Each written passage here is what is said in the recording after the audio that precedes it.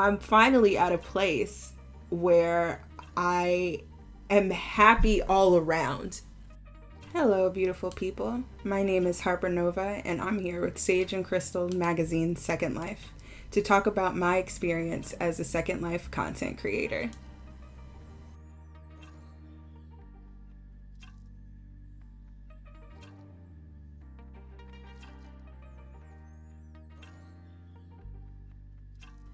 All right, so now we can talk about the different pots that my hand has been in or currently is in. Oh, where do we start? Little history of me. I'm loving it. Let's start with the oldest thing I've done in Second Life. Actually, on my kid avatar, her name is Sadie. I started my first store on her. It was called Little Lamb, and I made vintage toys for kids. So I made like red wagons, but they were like, shabby looking. I made like a cardboard little airplane that, you could get into and actually move the wheel and, and things like that. And I completely loved it. My favorite thing that I made was like this little doll pram. And I had actually collabed with the person that owns Kalopsia, who is also my Second Life daughter. We had collabed because at the time she had a kid's store, and so she made these dolls and I made like these doll accessories. To this day, it's still one of my favorite things. But after that, doing Little Lamb for a while, she asked me to come and join her with Kalopsia because after a while, she went ahead and started that and got away from doing kid items. And I was like, yeah, okay, I'll join you in this.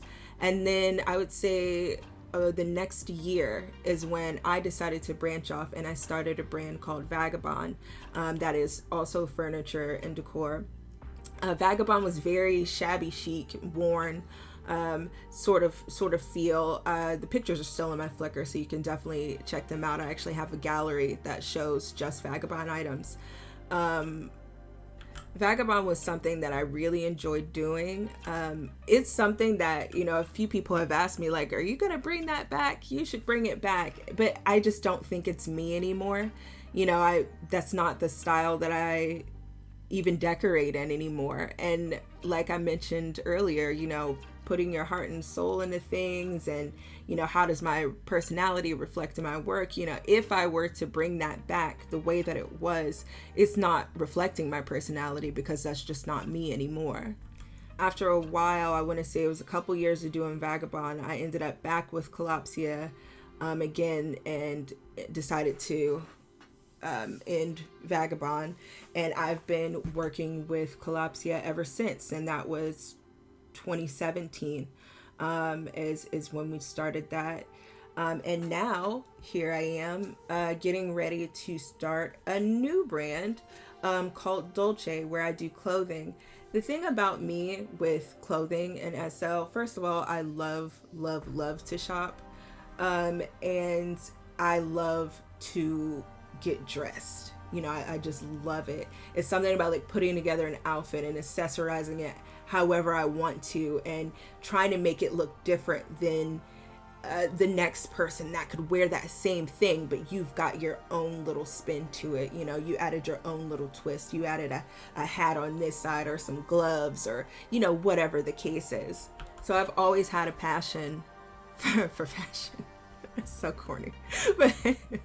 But I really have. And it wasn't until my friends really started pointing it out to me that I even noticed that I was dressing my ass off, like at like certain times. And they were like, you know what? Like, I'm kind of feeling this outfit. And I was like, really? This whole thing? And when more people kept saying it to me, and then random people would IM me like, oh, I love that. Where'd you find that? Oh, I like how you did this or did that. Or then, I remember one time, oh, this was so funny. We were hanging out someplace, me and my best friend in SL, and she's my sister as well. But we were hanging out someplace, and this girl starts asking me where my outfit was from. So I was telling her, she's like, okay, in the shoes. And I was like, oh, from so-and-so. And she's like, oh, okay, in the hair. Oh, okay, from so-and-so. This girl left, came back dressed exactly like me. We were cracking up. I was like, you know what? As they say, imitation is the best form of flattery. I will take it. I will take the compliment. Thank you. But yeah, that's what, things like that is what inspired me to go ahead and make clothing myself, because there are a lot of things that I would like to see that, I haven't been able to find. It might be out there, but it's just that I haven't seen it. So Dolce is my way of making what I want to see, making things that I would absolutely wear. I think my style can be a little all over the place. One day I might look, like a boho baby, and then the next day I might look like I don't know, a rapper or something. I mean, you just never know what you're gonna get with me. It's like changing wigs. You never know what look you're going with, for that day. So yeah, I'm super excited about Dolce. It is definitely my passion project. It's my new baby, and I will cradle it forever.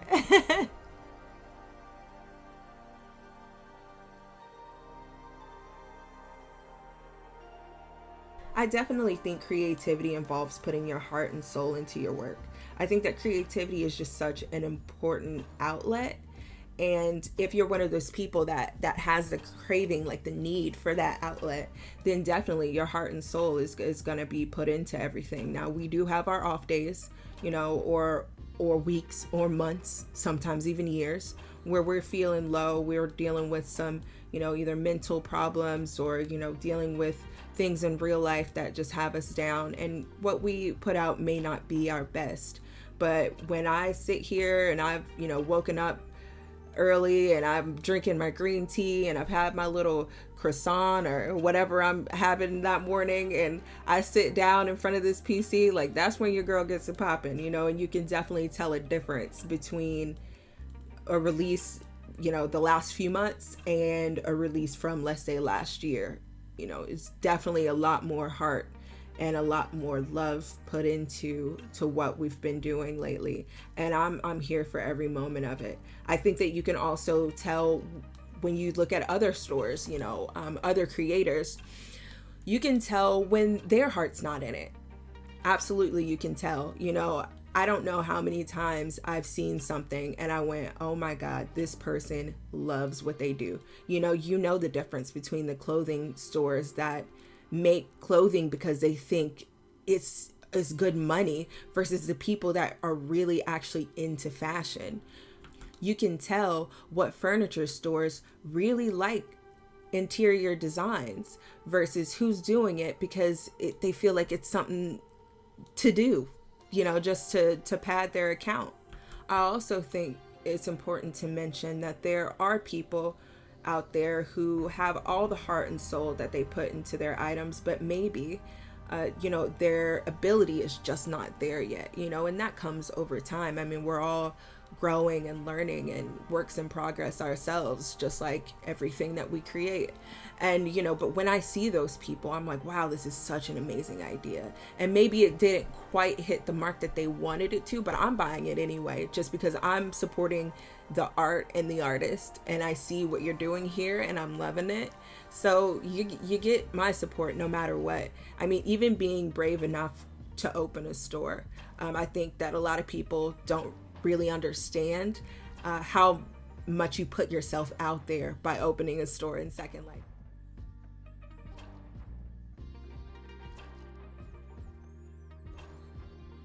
Rejection has definitely affected my creative process.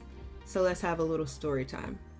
For years with Kalopsia, when I would work with Kalopsia, I was making mesh and I was texturing, along with my store partner making her own mesh and texturing her own. And then we would just have like this big set, that we would put together and hope that it worked well. Well, in 2018, we decided to pick roles instead. It was like, hey, why don't one of us focus on mesh, the other one will focus on textures. So we started out, I want to say it was like January of 2018 doing that. Well, around the fall of 2018, She had gone out of town for a very long time. I mean, it was like months she was gone. I want to say like 3 or 4 months she was gone. And in the meantime, because, you know, we already had events lined up, I had to meet those deadlines and mesh. Well, I hadn't done it in months. And so I was like, man, I got used to not doing it. I'm kind of out of practice. Like, let me rethink, because I definitely think mesh is one of those things that if you don't, you know, use it, you lose it, definitely. And so it's important to stay up on your practicing mesh, even if you don't necessarily have to do it for whatever store. That's just a pro tip. So around, I don't know, sometime late that year, we ended up in the SL Secrets, where the person had basically taken pictures of mesh that I had made and compared it to mesh that had been made, I don't know, some years before, and was like, it's not the same. And I was like, oh my God, I'm trying. You know, I was like a complete mesh newbie, because I'd gotten so used to only doing textures. I hadn't, you know, brushed up on my skills at all. And my feelings were so hurt. Like, I was like, seriously, I didn't want to do anything. I was like, you know what? I'll just like tell these people, like, can we go on a little like event hiatus? Like, I don't want to do this if people are gonna be talking bad about me, you know? and so yeah, I was really in my feelings about it. And then instead of letting it defeat us, what we did was we turned around and had one of the best years of sales that we've had, maybe even ever, which was 2019, which, I mean, check out my Flickr. I mean, we was dropping bombs on y'all that year. We're trying to do it again this year. Just wait. But yeah, so it motivated to do better, even though initially it really did hurt.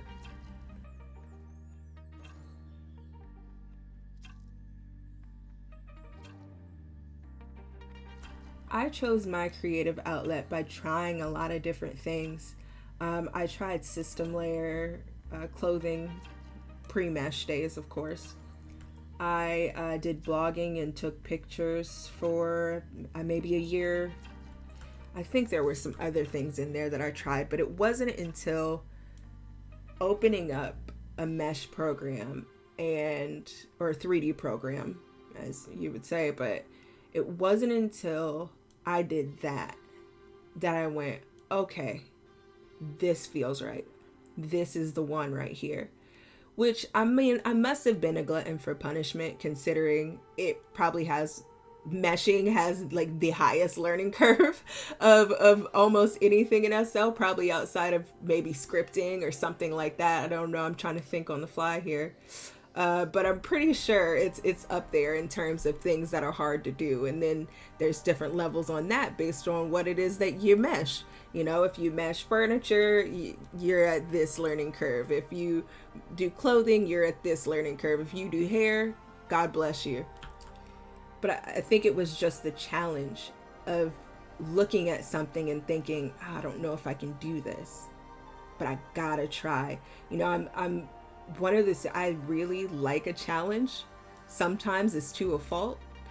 And I think that was why I loved making mesh so much, and why I continue to still love it, because each time it's a challenge. It doesn't get easier, you know, from the first time that you tried it to the last time that you just did it. You know, it's always hard, because each time you're making something new, you might add something on that you're not completely sure if you know how to accomplish whatever this is. So now you're learning again. And I think that's another thing that I love about it. I love to learn, and it's a constant learning process with mesh. Always. You know, there's always more that you can know. Even the people that we look at and we're like, they're the best to ever do it. If you go back years ago when we were saying that same thing, and then you look at today, they've even improved. What if they would have just said, you know what, this level right here, good enough. I think I'm done here. You know, we still wouldn't be shopping there. It's the constant learning and improving. That's what keeps our grasp. You know, So it's just that making something out of nothing, taking an empty space and filling it, seeing other people be happy with what I've made, that inspires me.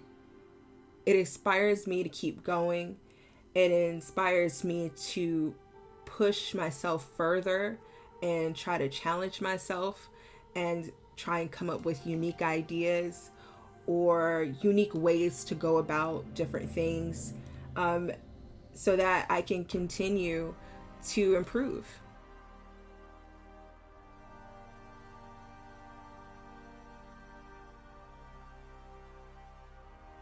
I definitely think my passion chose me. I don't think I chose it at all, because I didn't even realize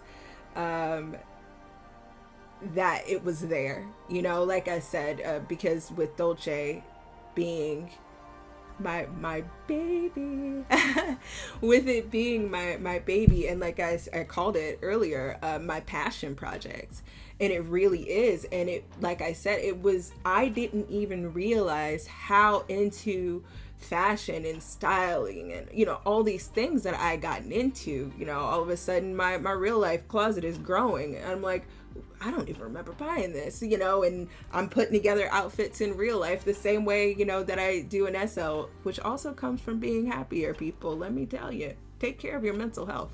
But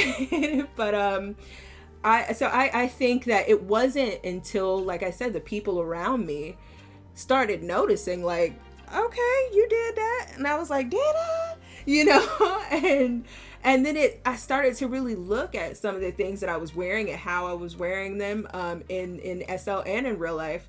And I was like, man, this fashion thing, I really like this, and it's like, how did it never occur to me before? Like, I was sitting there like, what? Like, I've done nothing but read fashion magazines since I was old enough to read. I remember at one point wanting to go to fashion school. I remember always keeping up with like certain runway shows and fashion weeks and who wore what best and, all these sorts of things that I've always been completely obsessed with. But in my mind, I guess I thought everybody was into it. And then I quickly realized, like, no, you just really, really like clothes. Like, you really, really like them. You really like fashion.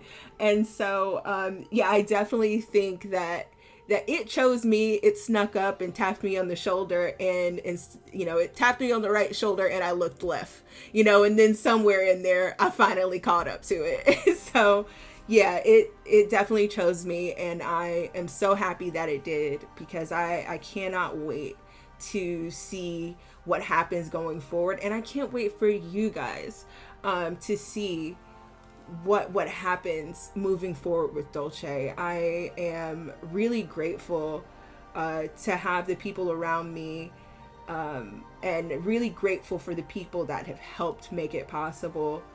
And when this thing drops, like, I'm gonna be on pins and needles, but I'm so blessed. Like, I really am. And I don't use that word like too much, but it's the only other way to describe like how grateful I am and how lucky I feel.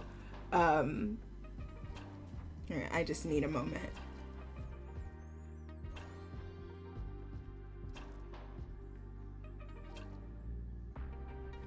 Okay, I'm all good now. To be at this place in life and not only just have something that I am extremely passionate about, but also to be in a happier place, and really, I just feel like I'm living for the first time in a very long time, and it is such an amazing and powerful feeling. I realized the possibilities felt almost endless. There really aren't that many limitations. If you really see a chair that you want in real life, but it doesn't exist in Second Life, guess what? You can make it.